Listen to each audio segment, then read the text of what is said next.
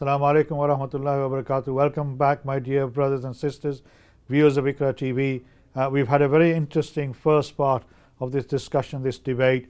Pakistan is going through a major transition at this moment in time with the election and the successful appointment of Imran Khan, inshallah, as the Prime Minister-elect of the country of Pakistan.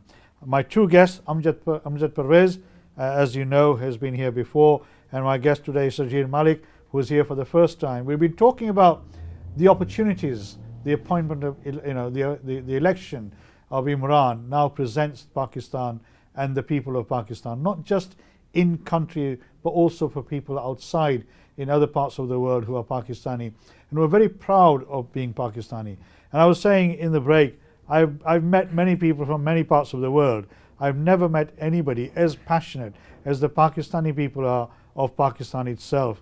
And that goes across many countries, as I say, in Africa and other parts of the world.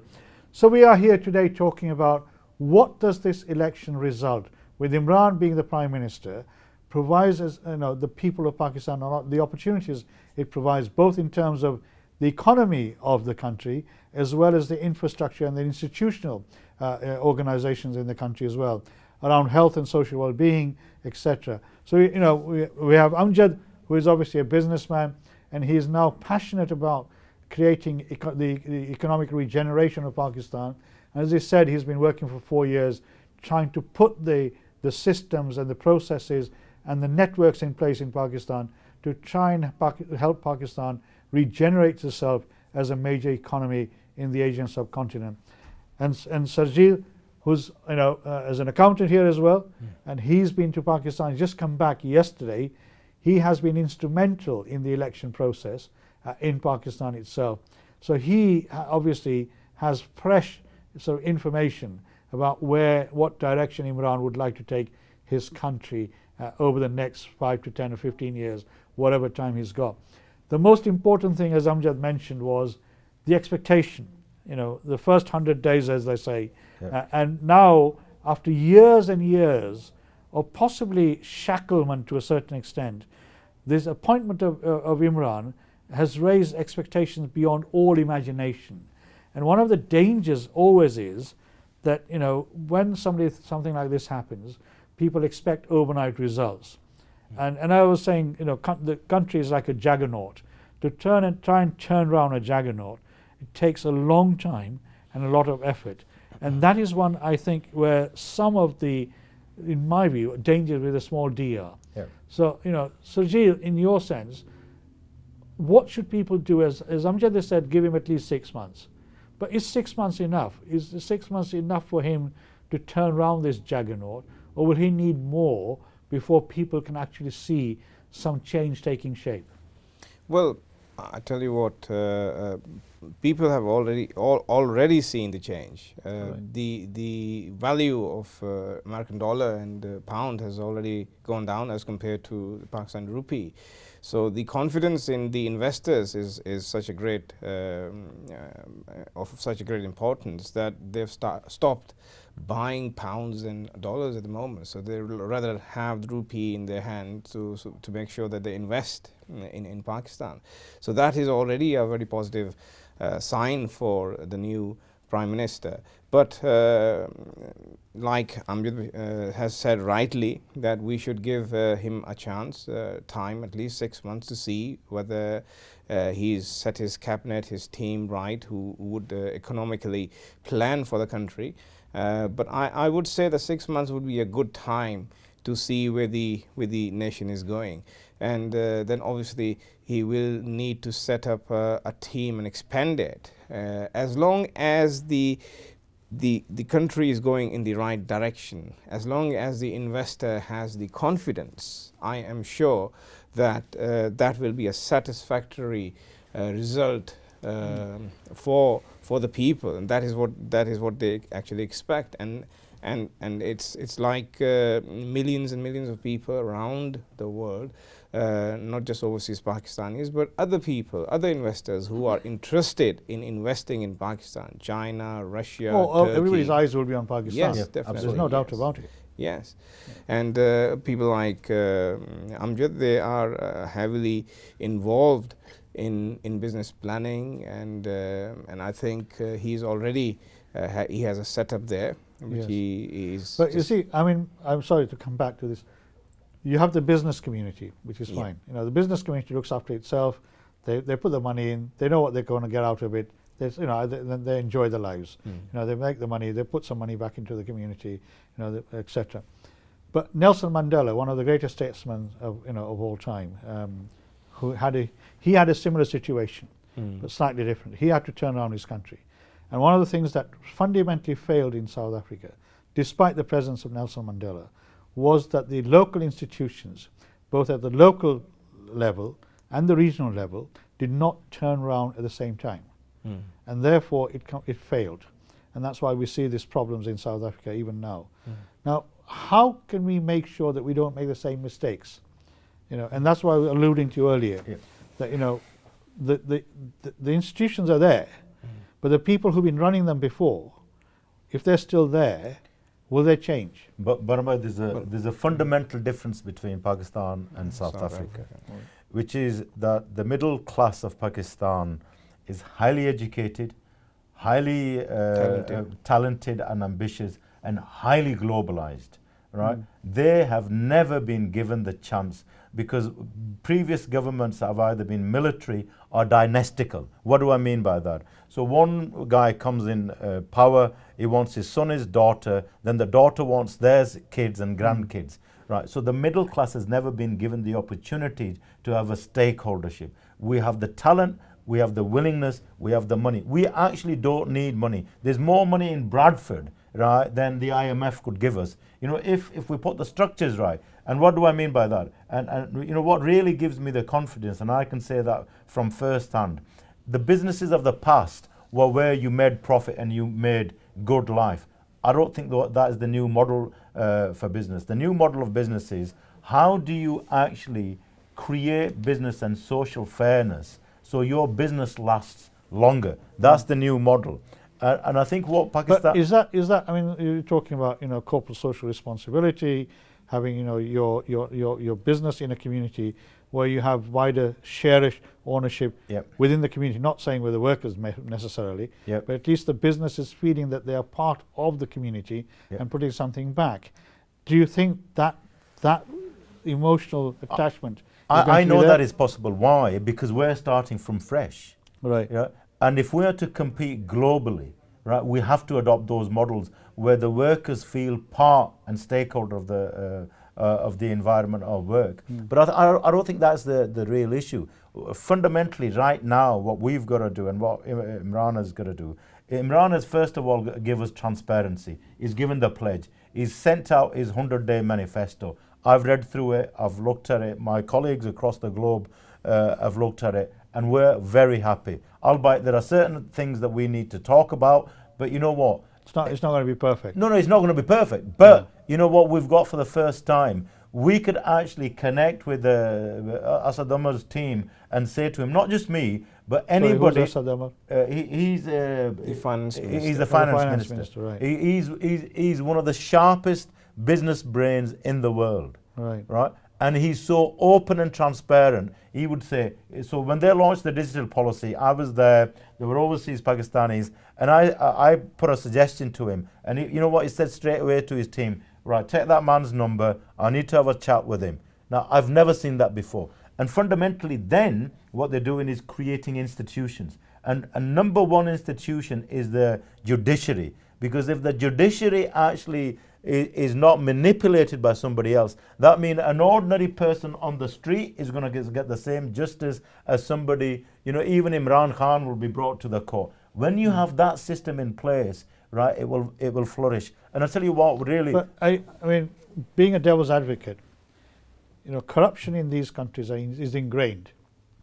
Right? Corruption everywhere is ingrained. I'm so sorry, if you look at if you look at the UK, that's why I used. That's why. I mean, that's why I used. No, but I have to stop you. Hang on. No. That's why I used. No. We have to be honest here.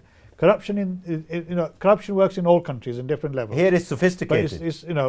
But it's in Pakistan and India and parts of Africa, most of Africa, all right, corruption is very open and the way it's practiced is very clear. So how, and we know Pakistan's got corruption across all sections of society. There's no doubt about it, and we can't deny it. So, and this is partly why I keep coming back to the institutions.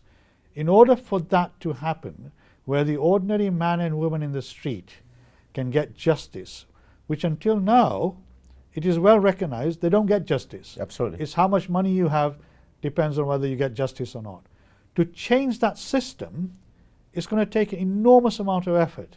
It's going to take a lot of people being displaced, right, for new talent to come in, as you say. Oh, absolutely. The talent is there. Yeah, the talent might be there, but is there the ability to bring that talent in and disrupt these people who've been sat there for years and years, as you say, generation after generation. I mean, it's not just Pakistan who faces that. It's been happening in Africa as well, like I said, I've been there 4 years. Yeah. I've been working there for 4 years. And let me tell you something, if you know that is the problem, I know that's the problem, Sajil knows the problem. So I'm sure the top team of Imran knows exactly what that problem is. And I assure you, that's why I say, give them 6 months. Right? You will see, right, what will happen. The strengthening of the institutions and the people right at the top are the key to this solving issue, right? We've got the right people, we've got the middle class who can actually put this through, but having transparency through using technology. So what do we do here? If we want a driving license, we don't have to go to a post office or something like that. You go online and there's no manipulation, there's no corruption, you pay your thing, right? That is exactly what's going to happen across the whole of Pakistan. He's done it in KPK, where he's had the mandate, right? So he's transformed police, he's transformed digitization, he's transformed education, 1 billion trees in terms of environment, right? Nobody talks about that. He's done more for education there. So look at the man's record. KPK is one of the areas I visited. No. So what I'm saying, I'm not a political person, but you see, I've got to say things, right, which somebody's done right. He's done things right. So, but I think where the biggest advantage to us is... Amjad, with all due respect, planting 1 billion trees is easy to do. To turn around the judiciary, for example, where, you've got people who've been ingrained, who've been sat there for years and years and years. That's why I say give us 6 months. But I don't think 6 months is enough. I think it will happen. Will it happen? Believe me, I think it will happen. Sajid, are you confident? Are you confident that transformation is going to take place in 6 months? Well, I'm not. I won't say that. One of the things we will get rid of corruption. Yeah. But what we do expect and hope that it will happen is that the country is going to move in the right direction. Inshallah, that is yes. the important I agree. thing. At the moment, we haven't been in the right direction. Yeah, it needs to. Now, when you talk about corruption was always there. Is always there in every part of the world. The difference between corruption in Pakistan, maybe some other countries, developed countries, is that over here the corruption is done by few people. As he says, sophisticated way of doing it. I know. I mean, I've been in public sector for a very long time. He's done on a golf course. It is the top politicians who have been involved in corruption because of that. Now everybody is doing it. So if they're doing it, they can't stop somebody else.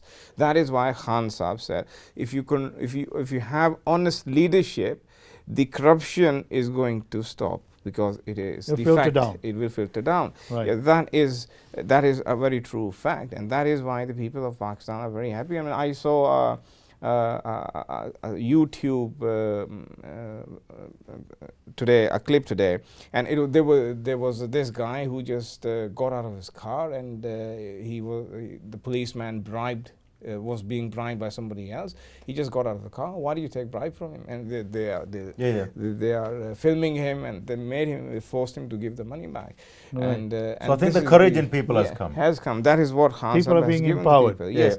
So there are other problems, obviously, like you say. It's not simple as that we invest money and we have this honest leadership and everything is going to change. There are other things. Population control, to start off with, is one of the agendas probably we should be looking into. There are other things we should be looking into, the social and social side, cultural side. People in the country don't have the mindset as far as equal rights are concerned. We have to educate the people there. So there are many things, but obviously end of the day, the core of the problem is corruption. And that is why Khan Sahib called his party Insaf Party, because he wants equal rights for everybody. And he wants to have the justice system in the country. And well, will his philosophy, which I totally support, right, will his philosophy be accepted by some of those people who don't want to see that change taking place? You know, some of the more fundamentalists, more extremists, maybe religious organizations. They'll have to be kicked out. Simple as that. Well, they have been kicked out. They have been kicked out. Well, yes. not a single leader of what we call the conservative religious parties has been elected. So that's a new dawn. What people are saying, right? Religion definitely, you know, Pakistan was created. The ideology was Islam. Nobody's saying that ideology is being, you know, negated. But what people are also saying, in the 21st century, like Sergil said, we need to look at the minority things. We need to look at education. We need to look at, you know, we are global citizens and we have to compete globally. That doesn't mean we compromise our religion, but it means we need to adopt our manner in how we engage in the global world. But I think, you know, I'll tell you what really excites me. There are over 9 million Pakistanis across the globe. And these Pakistanis are now into their 3rd, 4th and 5th generation. We are actually connected stakeholders in almost every sphere of life, whether it's politics, whether it's social welfare, whether it's, you know, health, education, whether it's IT, right? Our young generation is almost in every aspect of that life. So that's an asset that this is what I was alluding to earlier, when I was saying that is an asset. I agree with you. Yeah, but you see, it's a huge asset. No, but the thing is, you know, when you said it's a juggernaut, right? Yes, it's a juggernaut. But if we've got enough pilots that are trained, have got the experience and the skills and the passion, and you already said that you know, Pakistanis that overseas have more passion for Pakistan than anybody else. Yeah. What we've got to do, and this is what my organization is channeling that fairly and equitably, and holding the institutions that Imran and his team does, and say, look, so we're operating now nearly in 60 countries across the globe, right? You know, we take all those people into Pakistan. We've created a... So these are Pakistanis across the world? Across the globe. So we have take these people back into Pakistan. So we have a think tank that is made up of 150 countries, of women, you know, professionals across the globe, right? There's a business arm to it. There's a social infrastructure to it. There's policy units that's been going for... So is all this linked into PTI? Oh, absolutely. No, not PTI. No, right. I said to you, we're not a political thing. Right, okay. Yeah, I've got to make that absolutely clear. Right, okay. Right. So you're apolitical. Right. What we want is to connect with the institutions of Pakistan, right, the civil service. Whoever's in government. Right, so whoever's... No. Civil service stays, whether PTI, whatever it is. And if Khan Sahib does us a favour, it puts the institutions and puts meritocracy into the system. That's what I want. And that's what rational, I'm sure, Sharjeel, even if you're a PTI guy, you want meritocracy. Yeah. What has happened in the middle classes and people overseas, they've never been given the chance, despite having the experience, despite having the skills, despite having the passion, despite having the money, right? I know hundreds of business people who've gone to Pakistan in the past, right? When they've set up businesses, they started competing with their local gundas who were connected to other gundas, right? They were kicked out and they had to come back. Now, that has to change, right?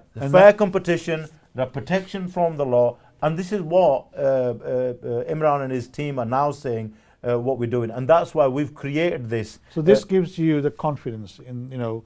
That gives you the confidence to say, Pakistan is changing, I want to go and invest in there. I've already invested. And other people want to go and invest in what I'm saying to people, right, don't just rush in and say, Khan Sahib is going to do everything. No government across the globe, unless you're a communist country where, you know, the wealth is taken up by the central government, right? Pakistan is an open society. It's an open capitalist system, right? So the job of the politicians there, like here in UK and across Europe and all the developed world, is to create the environment to do business and give you the protection. That's what Khan Sahib is promising. Then it's up to Sergil as an accountant, me as a businessman, to actually say to people, look, we will create these bodies who will take that into Pakistan. Then it's... So obviously you got the PTI UK, right? It's a political party, there's no doubt about it. Do you have equivalents in other parts of the world as well? Yeah, we have a PTI set up in over 45 countries. 45 now. countries. Yeah. It's in America, in Canada, in whole of Europe, even in Luxembourg. And do the other small parties country. have similar structures as well? Yes, yes, they absolutely. do. So all the political parties. No, have not that. all. No, sorry, beg your pardon. I thought you said all countries have the same setup. We all have democratic. So you have a setup, PTI there, but not other locally, parties. yeah. Not other. But parties. the other parties, you know, will they have their own structures? They as just well? nominate whoever they want to. Right, nominate. I see. It's Well, different we system. won't go- but I mean, obviously you have this network, global network. Amjad has got his global network, as he says, working across 150 countries. And you two, obviously now you can complement what they're doing, and they can sort of, you know, complement what you're doing. In the sense, do you have those networks already in place? Because as I say, this is a new dawn, this is a new opportunity. Right, Bana Sahab, you see, I've known Shajil and Asif Saab all my life, right? But they're, like he said, they're political, right? We're not political. So what we've done is actually connected with the planning department, inward investment, the Bureau of Finance. But you still have to work with the government. No. Right? You still have to work with the government. So we are working with the government. Yeah. We will work with any government. Right. We have to, as business people, we will work with any government. Right? You know, sometimes it's difficult, sometimes it's more difficult, sometimes it's easier. Right? But what we say is, if you want investment, these are the criteria. And you know, for the first time in 40 years, so I've been a trader for nearly 40 years across the globe. Right? So once upon a time I wanted to set up factories in Pakistan. I didn't. I went and set up 5 factories in India, of all the places, being a Pakistani. Can you imagine that? Right? Because I felt that the environment for me wasn't right. But right now I've invested in 10 companies in Pakistan.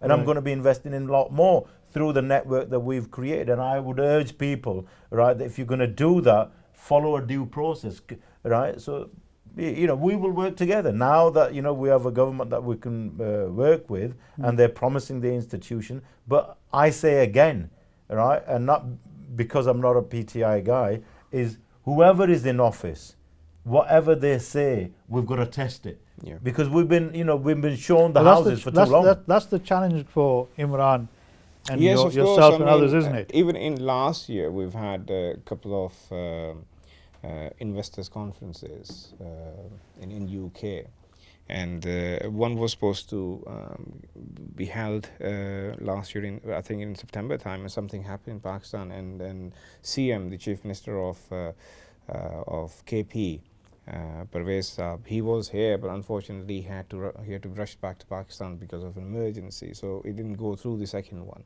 But yes, we have always been looking into overseas investors who would be willing to invest in Pakistan.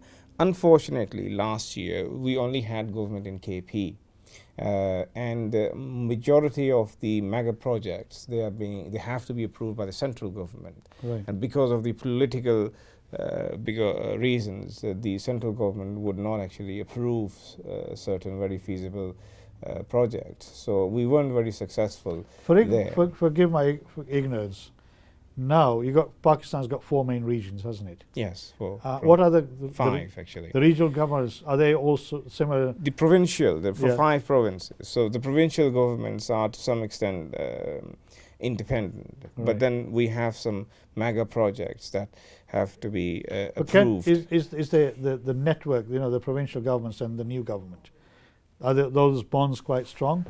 Luckily, we have provincial. Definitely, we will have in KP. All right. Then we have the central government, and then in Lahore, in Punjab, more than likely we're going to be setting up the government, and Right. that gives us very strong. But just to give you a bit of an understanding. We got very little time, so Okay. you have to be very quick. So to give you an example, the central government and local government is based on UK. It's a legacy of the empire. It's particularly, it's very similar to that. Right. So you could do some stuff, but the big projects, they have to go to central. No, They that's get a budget, understandable. No, right? that's understandable. But I think what we need to do, right, we need to devolve more power to the local, so they can make local, like Northern Powerhouse at the moment. And that is what I was alluding to at the beginning in terms of the local infrastructure. I think we can do it. Democratic processes, you know, and that is going to be one of the challenges for Pakistan.